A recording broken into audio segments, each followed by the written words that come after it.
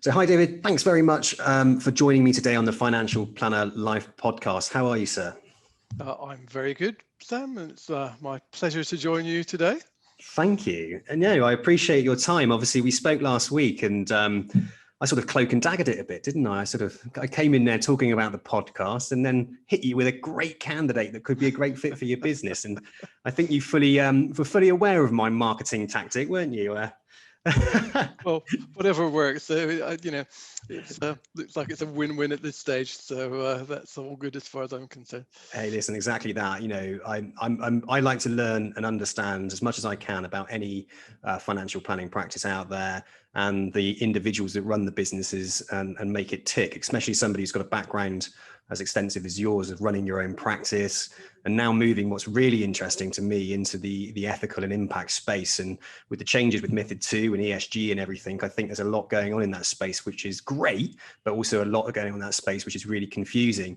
And as a guy who runs a recruitment company, I come across lots of financial planners and people that want to work within the ethical space. But I think maybe it could be slightly buzzwordy at the moment. And I want to kind of debunk some of the myths, I think, with you. I think that would be a great place to be in, and what a career as an ethical financial planner really looks like and what you should be asking companies as well and understanding and your experience of it really. So that's kind of why I want to get you on the podcast. Hopefully that's people will learn a bit about it.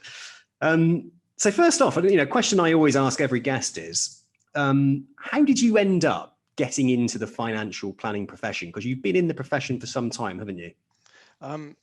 I have. Longer than I probably would care to admit to be perfectly honest. Well, it really came about because of where I lived. I was born and brought up in Edinburgh, and I went to university in St Andrews. Didn't get on with that, so I thought, you know what? Actually, I'm not enjoying mathematical physics particularly that much. Sounds tiring. I'd like to get out and maybe go down a more sort of vocational route. And in Edinburgh at the time, the two biggest employers were banking and insurance, the head offices of many companies which still exist and many of which don't are or were based in Edinburgh. And just luck of the coin toss, it came down on the insurance side. So I started off doing bulk buyout pensions with the Guardian Royal Exchange, which is a name we don't hear quite so much, not in its original format anyway, in Edinburgh. And yeah, it turned out that was slightly more dull side of the business than I wanted to be involved in. So it struck me that being on at the time, it was more of a sort of sales focus than a sort of financial planning profession, if you will. So the fun was to be had in the sales side, I thought. So it didn't take me long to find my way to London and doing the sort of broker consultant job with Aegon, and that suited me. So it was more by chance than by design. It seemed an option to get into one of the professions without a degree, as was the case at the time, and went through the sort of vocational training and the CII exams and what have you. So that was the start. Okay, cool. 3 decades ago. Yeah, interesting enough, it is still a profession. I saw a video quite recently on YouTube that says, jobs that you can earn £100,000 a year in and don't need a degree, and financial planner was one of them.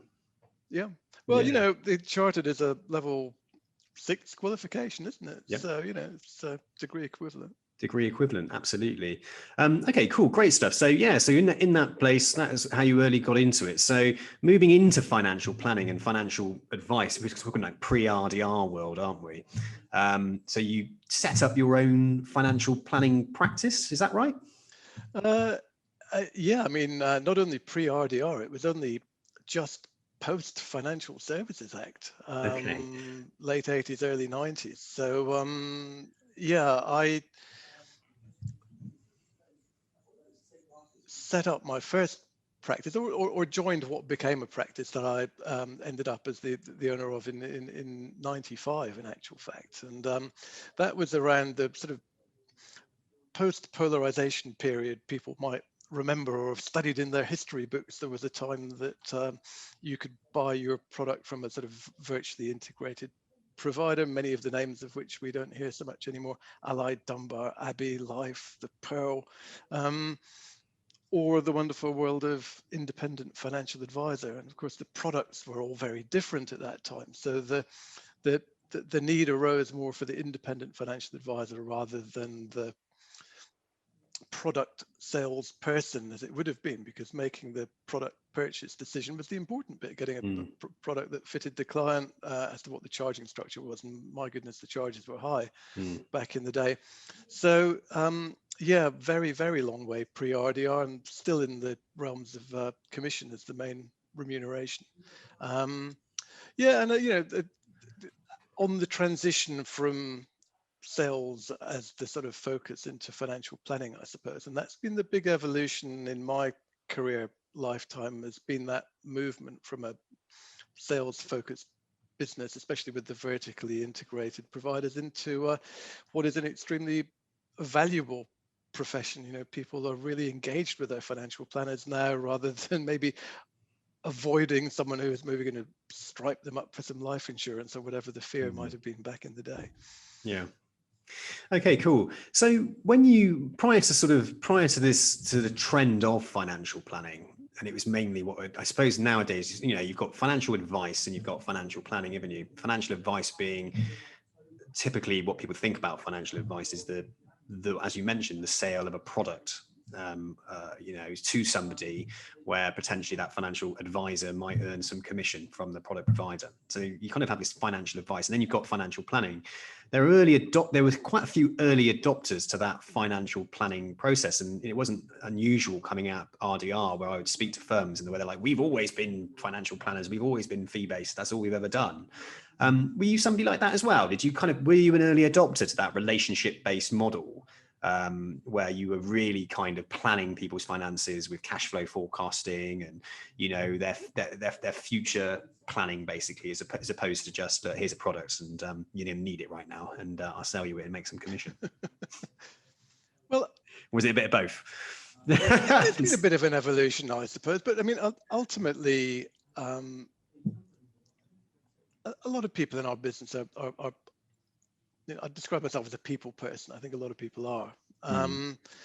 And there's a very high degree of trust required in our business. And I think, you know, ultimately, if you've got the client's best interests at heart, then you're aligning what you do with the expectation of having a long-term relationship. So my journey has been one where we very much have started with the end in mind for a client, you know, long before any of the maybe more popular software tools that are out there now were necessarily available. And I've sort of created this process over the years of thinking about the key elements of financial planning, and that always involves a timeline, because we need to one of the first things I learned in my profession was that, you know, clients are either going to live too long, die too soon, or get sick in the meantime. And you know, every timeline journey ends with the expiry of the client. So confronting that issue and considering where we might be on the timeline, and I always say, you know, I hope it's going to be a very long and happy timeline, but we do need to consider the possibility that it might not be. And you know, you need someone who's brave enough to confront these difficult questions with you to make sure that you have got ultimate financial security, whatever happens. So yeah, I always sort of back of a napkin presentation set out the timeline as a key part of financial planning, and then the tax side, which is a key part, and then where is the money, where does it get invested, so that as you go through life's journey, the right amount of money is available in the right place to give you the right result from a tax perspective and to fulfill your needs. So that did fit very well with where we now are. It's a profession where I should think well, I can't imagine anyone not having that kind of timeline-based No. financial planning relationship with clients, really. No, I think some of the struggles you hear are that some financial planners or financial advisors, what you want to say, can struggle with that relationship piece. So sitting down with somebody and sort of building that relationship with the client, opening them up and talking about those pain points, those worries, those concerns and those fears, I suppose, about the future.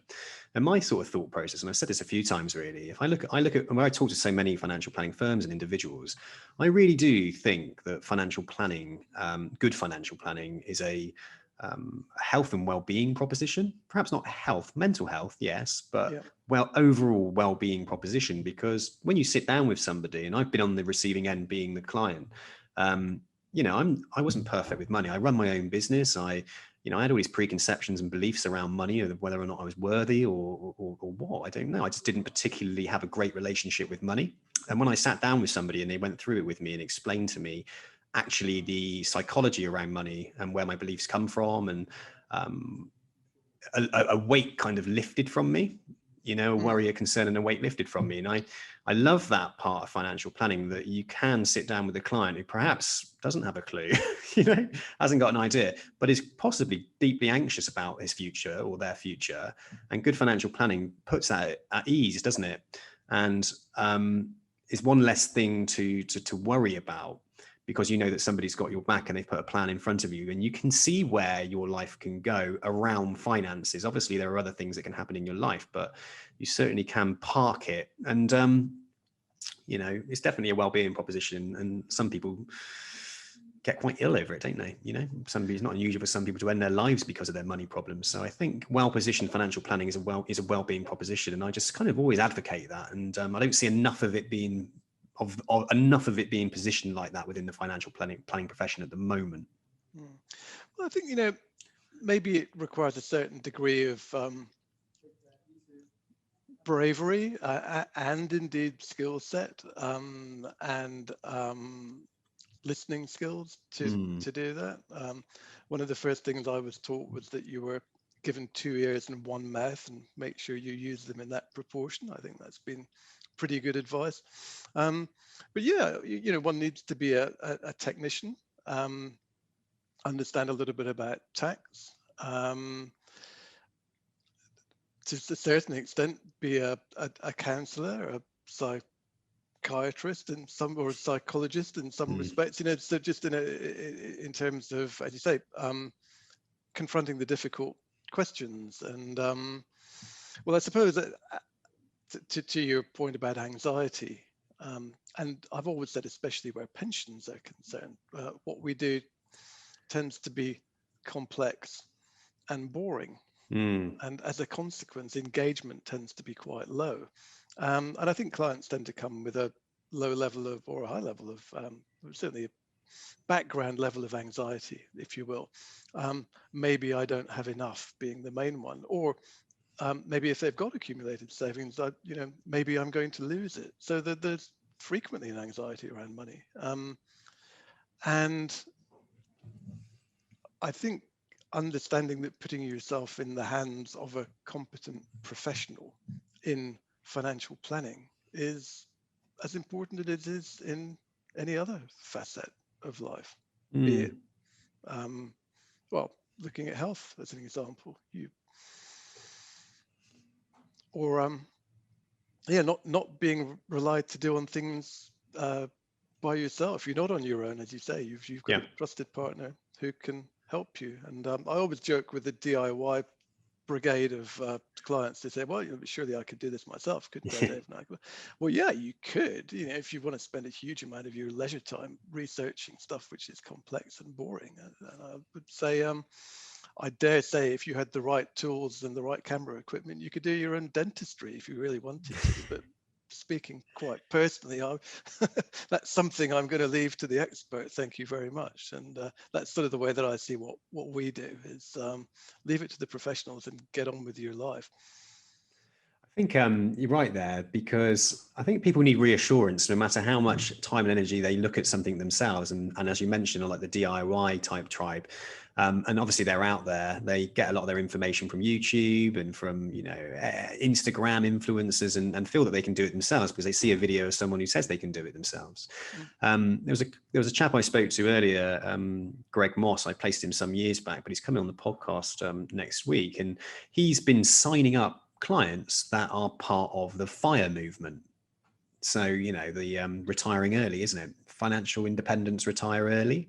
Right. So he's actually sort of done a bit of marketing around that. And he's found that actually, although these individuals are really scrupulous around their spending and trying to reduce the amount of spending so they can retire early, and have financial independence at a younger age, he said that he's found though that they're coming to him because they need reassurance that what they're doing is right, or they Yep. need that financial planning piece. And he's been really surprised at that. And I'm surprised at that, because I would have thought they would be fiercely against that type of thing, but actually no, they're not. They need, almost everyone needs a bit of validation, don't they, that they're doing the right thing. And as you rightfully say, you can go onto Google and you can self-diagnose a lump on the side of your neck, but until you go to a doctor, you're never going to know what it is, are you? Well, that's it. And I was actually having a conversation with one of our planners this morning, who was telling me about a client who was exactly of that ilk. And he had certain pension income and certain savings and another pension pot, which he didn't quite really understand. And he'd figured out that his budget for the rest of his life was 24 grand a year. And he was reasonably happy with that. He could make ends meet. Life was ticking over adequately with no great luxuries, but that was that. And after he'd finished the session with the planner, it was evident that on the most conservative assumptions possible, that actually he could easily spend £40,000 a year on his lifestyle with no question of running out of money. And that allowed him to do so much more than he imagined that he would be able to do. And to paraphrase Mitch Anthony, it brings into the reality the phrase of, is your life about making your money, or is your money about making yourself alive? And you can't put a price on that, when it comes to the extra fee that you might pay relative to how long of a retirement, scrimping and saving to die a multimillionaire. Yeah, no, absolutely. And I suppose when someone sits down with a good financial planner and then can make that, someone comes there thinking 24 grand a year, yeah, happy with that. All of a sudden, someone turns it around and says, well, actually, it could be £40,000 a year. It's like almost winning the lottery, isn't it? You've had a kind of windfall that opens up opportunity for you in the future, do things that you possibly thought you didn't budget for, thought you could actually do. So, or retiring 5 years earlier than you thought you could before you have the heart attack in a job that you hate. Because lots of people are in that position too. What sounds to me is that you're somebody that cares quite deeply about the client relationship and how the client is looked after, and how the client perceives financial planning, and more importantly, I guess, with your new business, the path, where their monies are invested and what impact that money is actually having.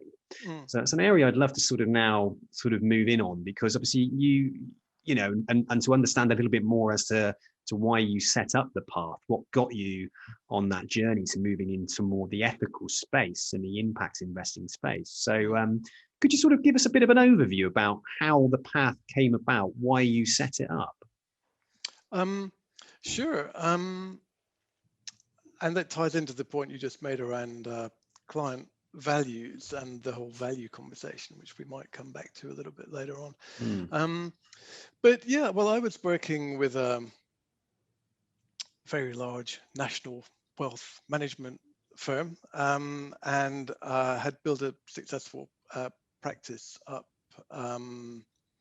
there. And they had a great investment management approach, as far as I was concerned. St James's Place, with their investment committee and outsourcing that. So, and I was doing a great job for clients there as far as I was concerned in terms of financial planning and plugging them into a investment management process. It's, you know, I've got a lot of respect for that process, shall we say. Mm-hmm. But it was at a time I was getting an emerging consciousness of environmental issues and some of the challenges that the planet faced. And the journey started actually when my eldest son said, "Hey, Dad, you want to watch this documentary called Cowspiracy?" It's all about how animal agriculture and the methane from cow farts basically is causing, yeah, a contributing factor to climate change. And I thought, well, this is fascinating. I had no idea that animal agriculture had such a big impact and we don't hear about it. Then I discovered the executive producer of that documentary was Leonardo DiCaprio. And oh, it's interesting. What's he doing with that? And then transpired that he was vegan, which I didn't know. And that led me into researching a bit about him. And he was a big movement in the divestment movement, which is encouraging at the time large pension funds, faith groups to move their investments from fossil fuel investment, fundamentally investments which were challenging from an environmental perspective. And I was really starting to pay attention to my own environmental footprint, what I was doing and what individuals need to do to save the planet, not wishing to be too grandiose about it, but and I was just dragging my heels into the office more and more. I couldn't quite figure out what it was until I realized that actually at the time, and we're talking sort of, I guess, 4 or 5 years ago, the investment portfolios weren't particularly mindful about what they were investing in from an environmental perspective. I mean, yes, of course, ethical funds per se have been around for quite a long time. And we can talk to some of the taxonomy around this in a minute, but yeah, so I was looking at these funds in the client portfolios, and you know, full of BP and Shell and Rio Tinto, and you know, in the global ones, there are lots of animal agriculture and all that. So I just thought, you know what? Capitalism, as it's sort of currently structured, puts profit before anything else, and if that means being negative towards people and planet, then there seems to just be an acceptance that that's the way that it is. I thought, well, actually, I'm part of the problem that I'm trying to solve because I'm putting millions of pounds every year into the very funds which people like DiCaprio are saying are a bad thing. So anyway, long story short, I thought, well, I need to just, you know, from a moral perspective, I need to stop being part of the problem. So that's what I decided to do, and I sold that business, and was actually contemplating retirement. I did think, well, you know, there might be a niche business out there somewhere, but you know, at the time, and I think to a certain extent people still do say, well, you know, ethical investments all very well, but the client has to suffer a lower degree of return, and the diversification's not there, and it seemed to be a sort of established and entrenched truth. And I thought, well, let's challenge that truth, which is what I started to do. And it didn't take me long to realize that there must be a cohort of clients out there who, even if the investment returns are lower, would rather move their money into something which is trying to positively tackle climate change rather than continuing to throw money into damaging things. So the sort of elevator pitch occurred to me, everything else being equal, are you happy killing the planet with your money, or would you rather save the planet with your money? And I thought, well, that's quite catchy, isn't it?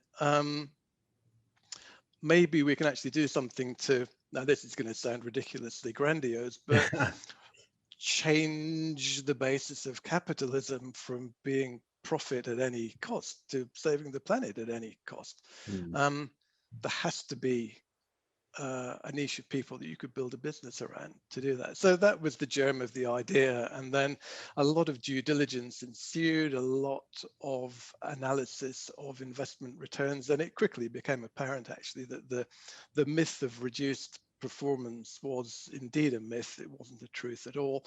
And if anything, the data was suggesting that the performance of ethical funds, which is really where all the data was, and to the limited extent that we could find positive impact data, was suggesting that actually the investment returns might even be a little bit better.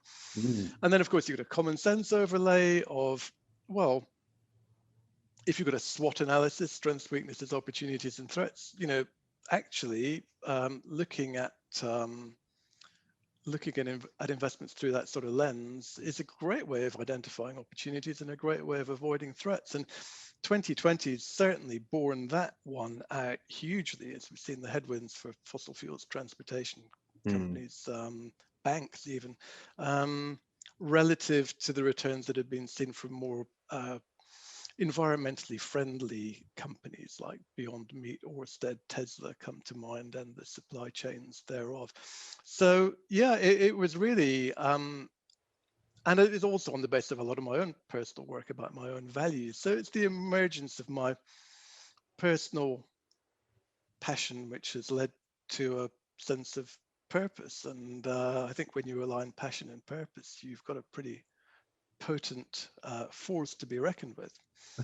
When you mentioned there about towards the end of your time running your own practice and you watched Cowspiracy and it triggered something within you, I don't know, higher state of consciousness, higher state of awareness, that what you were doing essentially, I guess, was unknowingly contributing perhaps to a problem. Did it make you, were you at the time feeling a bit deflated with your life anyway, in respect of like, because some people get to a point, don't they, where it's like, I'm just trudging into work, doing the same thing. And it, perhaps it wasn't quite as exciting as it was when you were 21 years old or something like that. Were you looking for that change, or did it trigger change? It triggered change, absolutely. I mean, yes, I was not, skipping into the office with huge enthusiasm every day, but I was doing a good job for good clients and deeply appreciated, as financial planners tend to be by a client community who values their services. So I was sad and depressed, I think, at the fact that I was unhappy in doing this. But my wife summed it up very well a few years ago, before she was my wife. And she's very sort of eco-minded and a grounded person. And she said to me, "Yeah, but David, all you do is make rich people richer."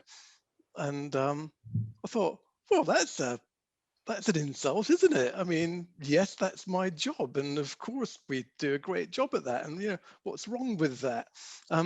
But in a sense, that's not the kind of highest calling you could have in life, is it really? But when you're aligned to a more purposeful way of being, I suppose, then it can generate a huge amount more energy. So I do skip into the office with a huge degree of enthusiasm now, in a way I couldn't have dreamt of a few years ago.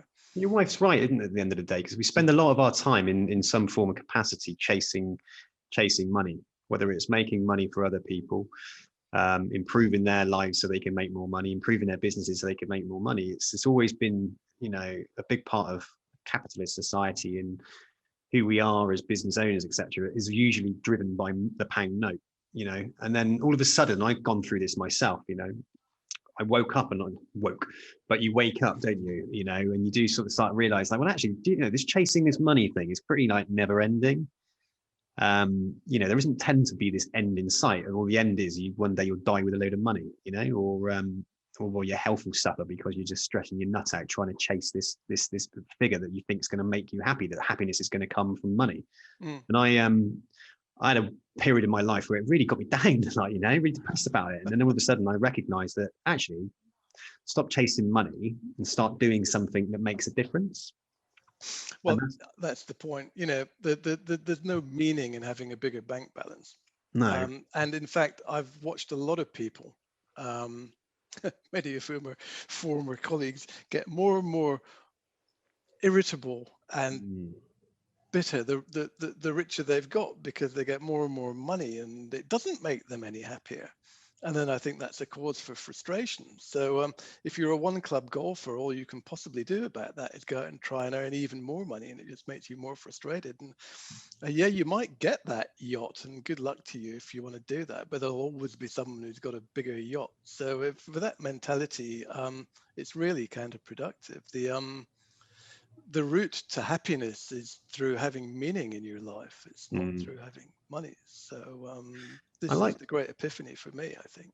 yeah. And then there is the connection between having meaning. So if somebody is, and we'll get onto this really, is that having meaning. So if you are investing your money, knowing where it's invested, but also knowing that where your money is invested is having a positive impact socially, economically, sustainable, whatever we talk about here, ESG, environmentally, that it is having an impact for good. So when you put your head on that pillow at the end of the night and you're thinking about your future, not only are you securing yours, you know, looking after one of your total instincts of life, which is your security in your finances, your security instincts is covered, but also that feeling of happiness that comes from giving Yeah. back. And it's psychologically proven that when you give, especially collectively, when you're part of a bigger cause, and the bigger cause is collectively giving, that the time perhaps and the money that you give creates way more happiness. It just creates way more happiness up against an area that's not making an impact. And I think, again, it's an area where people are starting to see that and trust that. And I think the more you actually invest in these causes, or these more awareness of what you're doing with your money and your time, the more you reap the benefits of feeling more content and happier in your life. And it's certainly something that I've experienced around time. You know, this financial planner life proposition for me, there's lots of people out there that are struggling to get into the profession, lots of firms struggling to hire people. And by giving my time to people that I might not make any money out of right now, you know, I won't make money out of helping somebody that's, you know, got no experience and part qualified. But when I give them that 15 minutes of my time, I can't do it all the time, but when I do, the gratitude that they have is phenomenal. And there's always something that I get back off of it. Yeah. Always. You know, the return on investment is huge. Whether that's just feeling good, you know, it's nice to feel good, you know. And but usually there's something that comes off of it. Always, like, it's always something that comes off of doing good. Which kind of leads me down this path leads me down the path. I keep saying that with you guys. So obviously you've picked a good name, I think. It The wasn't path an accident. was, yeah, the path. I really like it. So I guess that's an experience that you must be witnessing daily then, from setting up your financial planning practice and choosing to be in that ethical space, that impact investment space. So how's that transpired across from, you know, the difference between SJP to running your own practice now as the path and being ethical investment focused? Yeah, well, look, from the financial planning side, it's the same thing, isn't it? Delivering sensible advice within the parameters of a good financial plan, with the client at the center of all of that. The big difference is around, as you say, what the money's doing. And that brings us on to the values piece that I sort of alluded to earlier. And you know, we only deal with clients who find us because largely because they have got some environmental concern, or they particularly want an ethical financial advisor. And I think it's important to touch on some of the language around this stuff at some point, because ethical is absolutely not impact as far as we're concerned. Um, But yeah, you're connecting with the client at a deeper level. It's now not just about making them more money, but it's about making them more money which is aligned to their values, and that can deepen the relationship with the client very much. And it can also enhance the speed at which trust is earned and demonstrated actually by the care that you're taking in asking the client about something which might not have been asked of them before. And it's back to this win-win principle again. There's no reason why they shouldn't make perfectly good investment returns whilst the money is doing something at a higher purpose as well, if I can put it in that type of language. So yes, they can go to bed at night feeling that have done some good and empowered them in a way as well. The Nordea study that a lifetime's pension saving in positive impact funds has got 27 times the impact of every other carbon saving activity that you've got in your life combined is quite astounding. If you look at the metrics on the portfolios that we run compared to a traditional investment portfolio, every £100,000 moved into our methodology has got the carbon equivalent of taking about 6 cars off the road. Wow. Now, you think of that in the context of not buying a few avocados or saving a single-use plastic bottle or even going vegetarian or vegan. It's enormous. Saving that one flight every year compared to just moving doing your ISA in a positive impact fund or take a car off the road, boom. It is a powerful message. And there's also for people who really care about environmental incomes, it really is something which is so important to them that even if we were presenting with lower investment returns, I think they'd still do it, but they're not. So there's really nothing to lose for people who care about this stuff, and the only way of course, is to ask them. And do you position the impact and ethics? I'm going to talk impact investing. Do you position that with clients that have never invested in ethical or impact investment funds, or do you tend to find the client that comes to you is already clued up after doing some research and they're a bit more aware of the damage perhaps their investments are doing?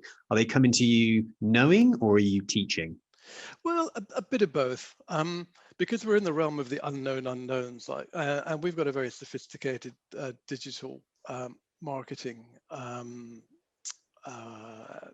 exercise which allows people to come to us for finding something that what they're looking for. But you don't know what you don't know, and the sort of people don't really, in my experience, massively yet go out looking for positive impact financial advice, for example. That's not a very common search term because the positive impact language hasn't really permeated into the sort of consumer lexicon yet. So most people will come to us because of an ethical related search, if you will. So they're already in the right kind of space, if you will. But we just think when you present to them, so, okay, now let's just touch on some of the language here. So ethical, SRIESG, call it what you will if I bunch them together in a group, would generally be a screen out of something negative. So people who don't want to profit from lung cancer and warfare, if you will. So you've got the screen out of the big ones, the tobacco, alcohol, arms, and what have you. But plenty of so-called ethical or ESG funds have got no problem, despite the E, of investing in fossil fuel. We find lots of instances where fossil fuel companies are in there, and a lot of the fund managers will say, oh, well, yeah, we've got to engage with the boards of these companies, and we can influence behavior as part of our shareholding, yada, yada, yada. Well, I don't buy that, and nor do any of our clients. They, for every single client we deal with, fossil fuels are red line. And you find that in ethical funds. But what positive impact does is go that bit further. It says, not that we're going to not invest in companies which are doing harm to people and planet, but we're going to invest in funds whereby the underlying companies have got a positive screen in for things which are helping solve the climate challenge and inequality, and bringing people out of poverty and helping socially with investment. So I think when you present that to someone who is open-minded to their money doing good, and you can present something which is like better, I suppose, and go, well, well, better in every sense. The performance seems to have been better up to this point. The ethos is better. I mean, everything else being equal, why wouldn't you use your money in a way which can help people and planet whilst you profit too? You don't have to go to the extent of philanthropy. You can just use this money that's here to accelerate the demise of companies who are not behaving and encourage the ones which are. That are having a positive impact across all areas. No, I get that. It was news to me, because when I hear like ethical, I assume that it is, I assume that the funds and the companies within are having a positive impact on the environment or everything else that goes with it. But what I'm learning is that is just not the case. And I'm learning, as I learn more about it, I learn about its greenwashing, and I'm sort of understanding that people are jumping on this bandwagon and whacking ethical on everything. And it's very misleading to the end consumer in multiple different markets of different products and whatever, but especially within financial services. And I think the educational piece around it needs to be lifted, I think, definitely, because people think they're investing ethically, but possibly not in line with what they think is ethical, is my thought. Well, yeah, we can set all of that out, and then the client can decide where they sit on that spectrum. But we only deal with clients who are prepared to have all of their portfolios in positive impact, and we don't see any inhibition to that. It might be assumed that clients might put a percentage of their portfolio in that. Well, we say no, it's perfectly functional to have all of it in positive impact. And yes, you're right. The language and the education piece around this are very important. And the greenwash, or as I call it, the 50 shades of green question. 50 shades of green, I like that. Because the lines are not very, the lines are very fuzzy, shall we put it that way, around, what does sustainable mean? What does ethical mean? How do you define and measure that? Said you can't manage what you can't measure. Well, the boundaries need to be quite a lot clearer than I think they are at the moment. You can get away with labeling something which, as you say, it's a greenwash, or an impact wash even, is a new term that viewers might be familiar with.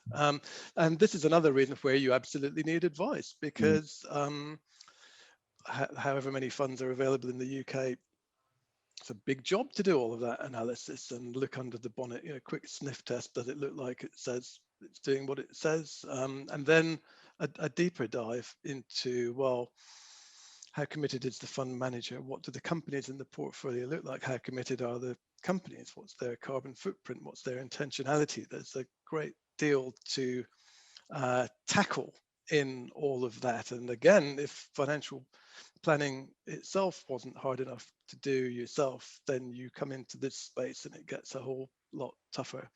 And is there, I had a guy called Jeremy Corn on the podcast who had a platform called Impact and Invest, and his sort of model was to consolidate all the firms that have a positive impact and put them all into one place, so financial planners and sophisticated investors can go to one place and see a kind of overview of the company, what they do and what impact they're actually having. Historically, and that's one thing, but he's done that because he felt there wasn't enough out there doing that type of thing to be able to consolidate and give somebody a clear idea of what these companies are actually doing. So traditional sort of financial planning and research and everything using all these different platforms is probably a lot easier than trying to do the research around um, ethical and impact investment opportunities. So how do you go about doing that? Is it a labor of love? Have you got guys that are just trawling all these companies, or is there a list of them? How do you go about doing that type of research to make sure that actually the company is having a positive impact as they say they are? Yeah, well, it's such a big of a job that we actually effectively contract that out to specialist analysts, and there are a few tools that we can work with. So I would point to EQ Investors as having positive impact portfolios, which are incredibly well researched. Tribe Impact Capital, similarly peerless credentials, and both of them have got reasonably long track records in this space, bearing in mind it's a relatively emerging and new discipline. Worthstone is a great place to go to for resources of having screened out funds, and SRI services as well, Julia Dreblow. So there are quite a lot of resources out there. I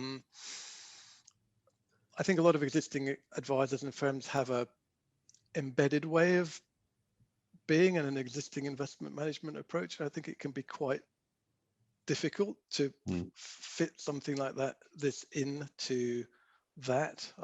But I do think that firms are going to have a credible offering in this space, because to my mind, yes, ESG is the new trendy bandwagon, if you will. But I don't think it's a flash in the pan. I think it's the start of a mega trend, and I think that impact investing is not far behind that. So it's certainly, for people who are not thinking about their investment proposition or the questioning around the client's values, I think that's a dangerous place to be in as the market moves.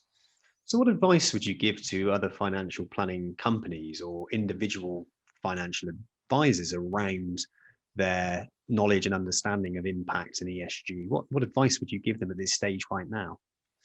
Well, I just think it's there was some data around this that 75% of advisors, this is a couple of years ago, that don't instigate these conversations, but 90% of the investing public want to have them. So there's an obvious disconnect.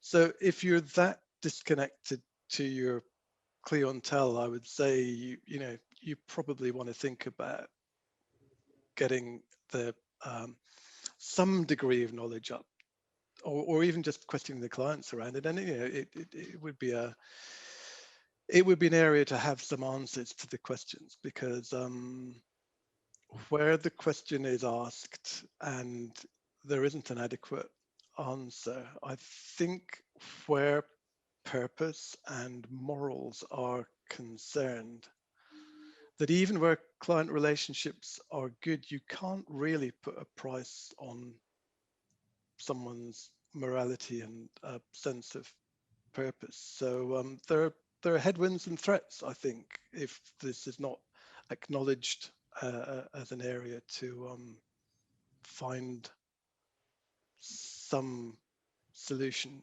in and have some conversations around. Yeah, so it's preparing it also into your fact find or initial consultation with the client, perhaps building some content around it that sits on your website that educates people that are coming over to have a look at who you are, because they might well be wanting to turn their head. And as you said, 90% of people want to talk about this. They're probably thinking, are they doing anything in the ethical space, in the impact space? But also just simple things like just doing a questionnaire, I guess, isn't it? You've got an existing client base. Why not go out to those clients? It's a great conversation piece. It's a reason to have a conversation with them, isn't it? And just sort of say, look, how do you feel about this? This is the type of thing that we have, which is available. These are the changes that are happening, why it's coming into place. What are your thoughts and feelings about it? And opening up those lines of communication, and then sort of educating, I suppose, as to the feel-good factor that comes with doing this, and dispelling any myths associated with lack of performance and lack of profits that come off the back of investing in impact and ethical solutions. Because I think that's probably one of the barriers, isn't it? If you're being told all the time that it's not as profitable, then why are you going to even talk about it as a financial planner? Because you're worried, aren't you, that you're concerned that your client might not want to use your service because you're not getting the best returns, because, I don't know, there's some stigma attached to it, which is, as you rightfully said, through your research and experience now of providing these 100% these services, it's just not true that the returns are there. So it's definitely an educational piece, isn't it? It's a conversational piece, and it's positioning yourself to be able to do it. And with the MiFID II changes, you have to, don't you? You know, you have to be talking about it. You have to be seen to be providing those. And as you say, I can only see it grow. And I spend a lot of my time researching companies. So financial advisors and financial planners tend to kind of live in their bubbles, really, whereas I see the market as a whole and what financial planning firms are actually doing. So I can see trends as they're starting to appear, because I'm constantly looking at different websites and researching and stuff like that. And there is my research, is into this. There's not a great deal of people in the space of impact and ethical. You mentioned EQ Investors. I actually phoned them up today and had a chat with them today, briefly, and we're having a further chat as well.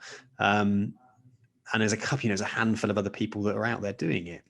But I think there will be an absolute appetite, not only for the next generation of financial planners they're more aware, they're more savvy, they're more understanding of ethical and impact, and they want to be providing that, especially that sort of next generation, I think, without a shadow of a doubt.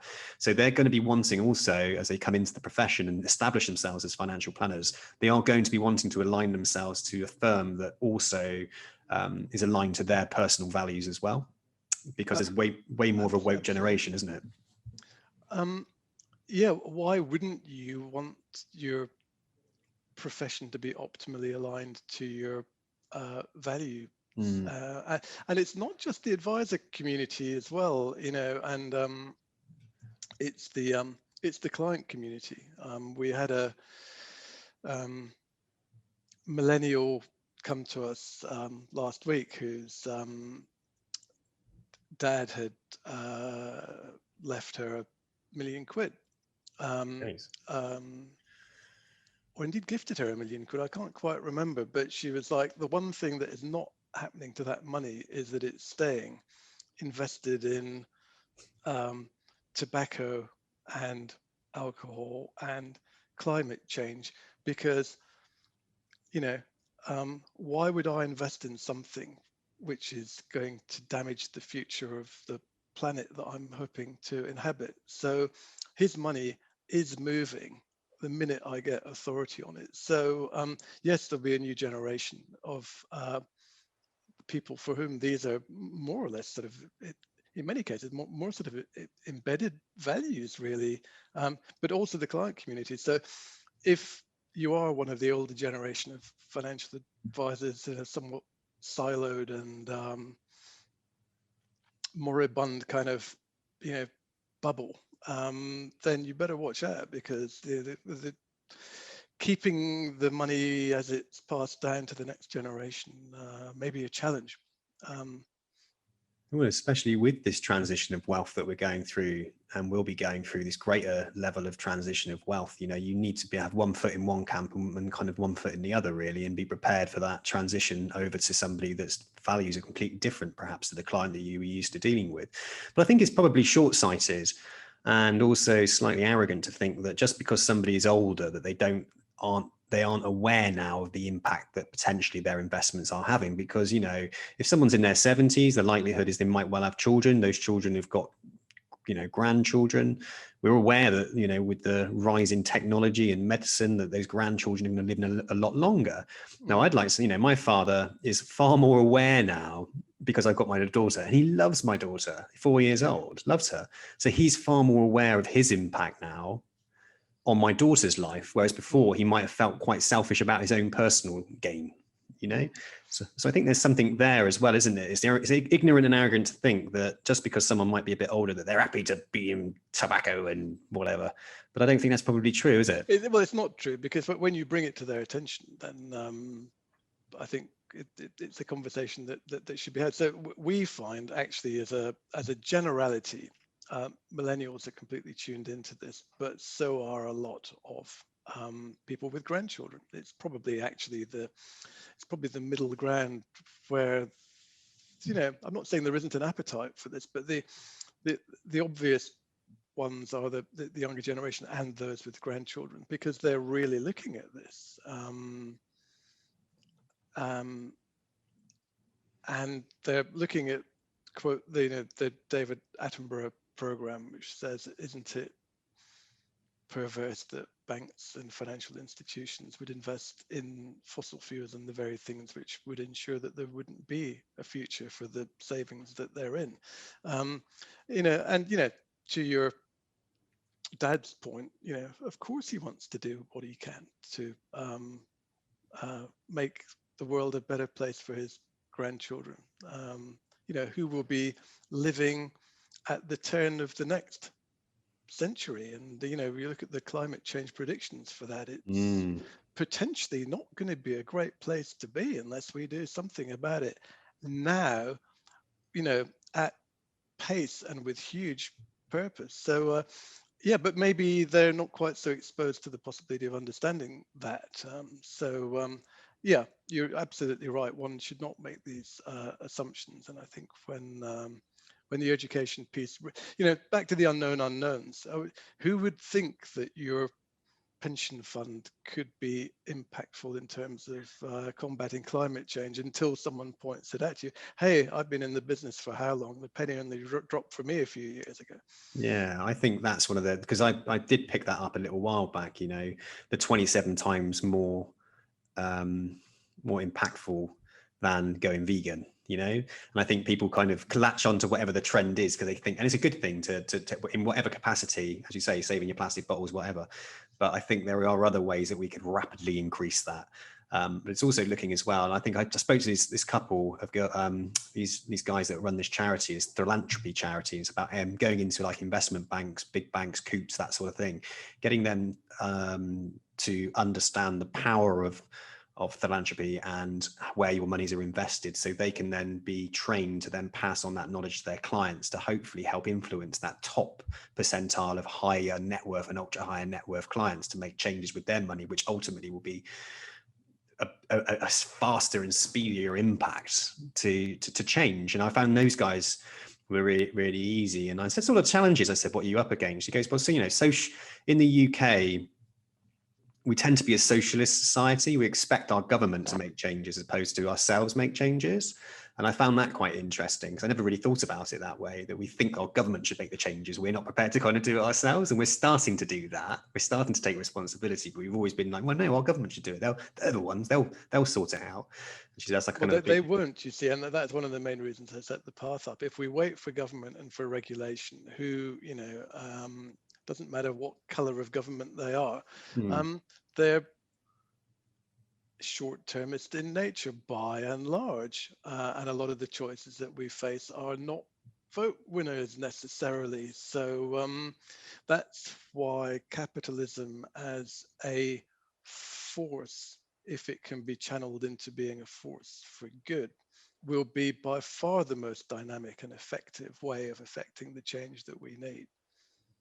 As a company, do you get involved in sort of workshops or educational pieces or committees or communities around impact and ethical investment? Do you sort of, because that's quite an interesting job. And I suppose when it comes to when you're a financial planner, the aim is, I know you've got an effective digital marketing strategy. You positioned yourself really well. I can see that because I found you nice and easy. But at the same time, I think with a financial planner choosing a career path and the route they want to go down, a big part of it is that they want to go down a route where they know that they can generate good quality clients. Yep. And the traditional route of accountants and solicitors can be quite diluted, and is there a different approach to business development when it comes to the path, for example, financial, ethical and impact? Is there different doors open with different introducer relationships? Does business development become easier or harder or the same? Oh, I think it's easier at every end up. First of all, being a specialist or in a niche makes you far more referable than being a generalist. If your sales pitch is, hey, I can do anything for anyone, who can you introduce? Then nobody comes to mind, right? Yeah. You're going, but I can do anything for anyone. Where are all my referrals? Well, it's because you're far too broadly spread. But if you're like, well, we're a niche within a niche, it's like who's the you need a heart operation. Who do you want to go to? The most knowledgeable, effective heart surgeon, right? So you find that tight niche and then go to the most informed and effective person. And so in actual fact, paradoxically, the tighter your niche, the easier it is to market. Then you've got the differentiation, as you said earlier. There's precious few enough people in the ethical space, and if you view impact as a subset of that, and I would argue with that definition, but to some extent you could do that, then you're a niche within that niche, and it's a differentiating factor. I mean, hey, I can make you a little bit richer than the next financial advisor because why? I'm a nicer guy. I'm a member of the same club that you're. You're just you're a Jaffa, as I call it, just another financial advisor. There's a missing F there. So you've got that differentiating thing of, if this is what clients care about, then who's the go-to guy in that space? And then it's interesting. Okay, so the challenge of launching a business into the sort of COVID era has been that we can't get out and do events and seminars, but when we talk to what we do, it's immediately interesting. People go, oh, I'd never thought about that. That would be really interesting. Can you come and talk to our group? So yeah, I think it opens up a whole gamut of stuff and different marketing opportunities. And actually, the accountant and solicitor and sort of that's probably not the route to go, because you are a niche. So it's one to very traditional, isn't it? I suppose the solicitor accountancy is very traditional. They don't want anything to sort of rock the boat. And I suppose sort of a couple of, their impression is like welly wearing, dungaree wearing financial planners coming in, with their dreadlocks, telling them what to do. Yeah, am I going to pass my client to this bunny hugger crackpot guy? Well, no, the reputational damage is going to be bloody vegans. Too high. So but yeah, I would say you can get very creative around the market. It lends itself incredibly well to social channels. So yeah, getting the message out there is probably relatively easy.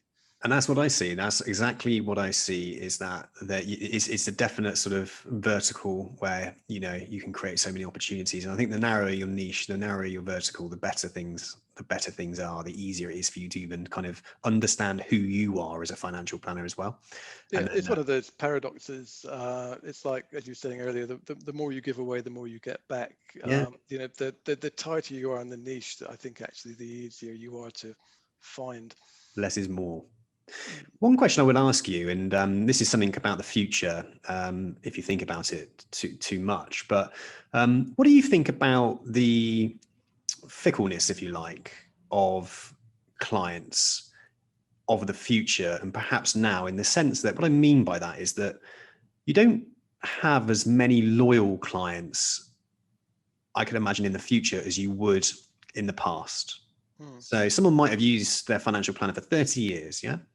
Whereas now, like, someone will go, right, okay, what, Netflix, or I'll go over to Prime, I'll go over to Amazon Prime right now. They're cheaper and they've got a better selection and it's brighter and it looks nicer and they've got the latest technology and they've got this and that. The rise of technology, I suppose, and the ability to bring financial solutions to the masses and to simplify it and make it cheaper.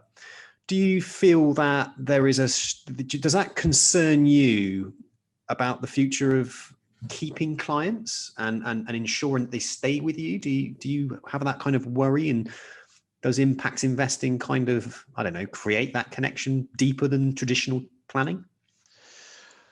Well, it's always good to have an eye to the future. I think in the present, there isn't a particular threat to that. Certain ETFs and passive funds would suggest that they've got a ESG bent. None have got real credibility in the impact space, as far as I'm concerned. And the degree of research to get through the 50 shades of green question does require a certain degree of human intervention. So I think at fund level, we're not seeing that threat emerging just yet. And indeed at financial advisor level, in terms of investment management approach, it's such a dynamic space at the moment with new entrants to the market and the qualitative and quantitative assessment that needs to be done around funds, that keeping on top of that is at the moment, it's not a job that AI, I would say, can particularly do. And then there's just the personal touch with clients around keeping their investment plan on track and being so closely aligned, not only with our values, but we build a client and an advisor community, and that's the way that we think about our relationship with our clients. And we ask the community to build the community by making referrals, and when COVID rules allow, we want to have events, an annual client meeting, for example. So yeah, look, AI will develop, robo-advice will develop, and our service is modular in terms of cost. As far as we're concerned, people can opt in and out of the various different services that we want. We haven't lost a client yet, touch wood.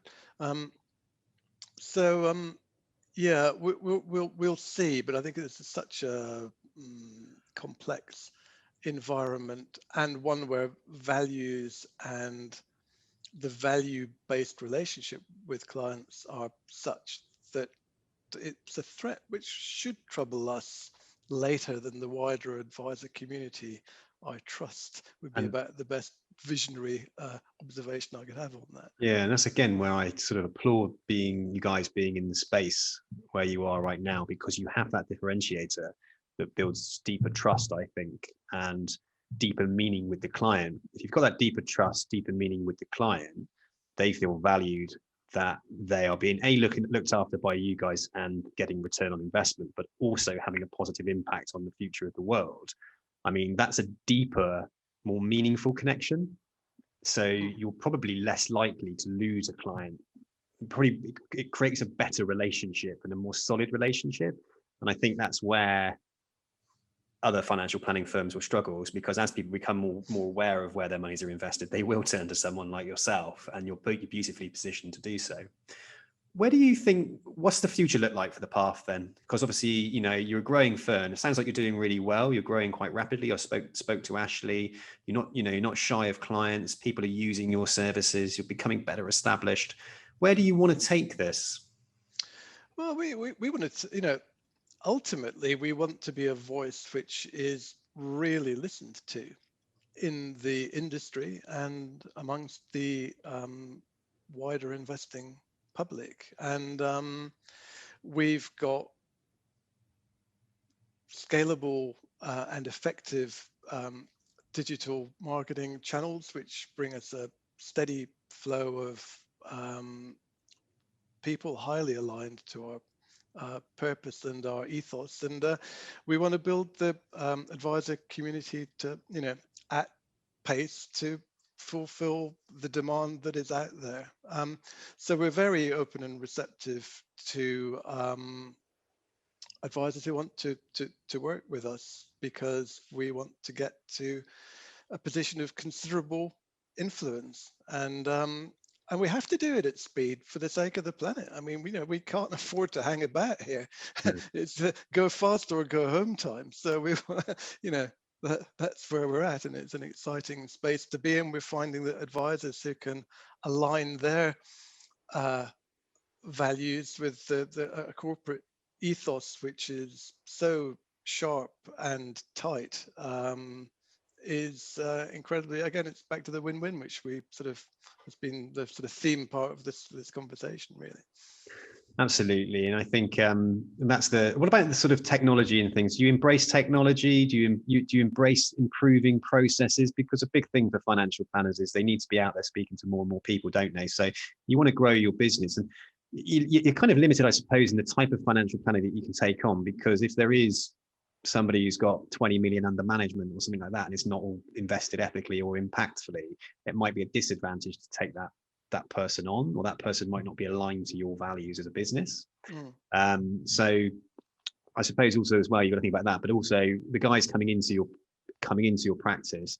I know that one of the major things that people are keen to have is a firm that has really slick process, really slick technology, but are innovators in the space. So innovators in respect of your ethos, but also innovators in respect of making business easier to do, not slowing down the process, improving the process. So are you quite into that sort of thing? Have you got, any tech or any experience within improving the process of quite a slow profession sometimes? Oh, well, I think it can be. And actually, moving from St. James's Place to what we've set up here, it's been a sharp learning curve.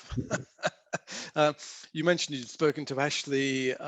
His background is in AI, and we've got a big team of people available to us, and we built our own CRM originally because what we could find in the marketplace just wasn't fit for purpose. But we're just about to roll out the next iteration of that, which is going to be able to link our digital marketing into the CRM, and then all through the journey, which is all digital, through to execution, which will all be paperless.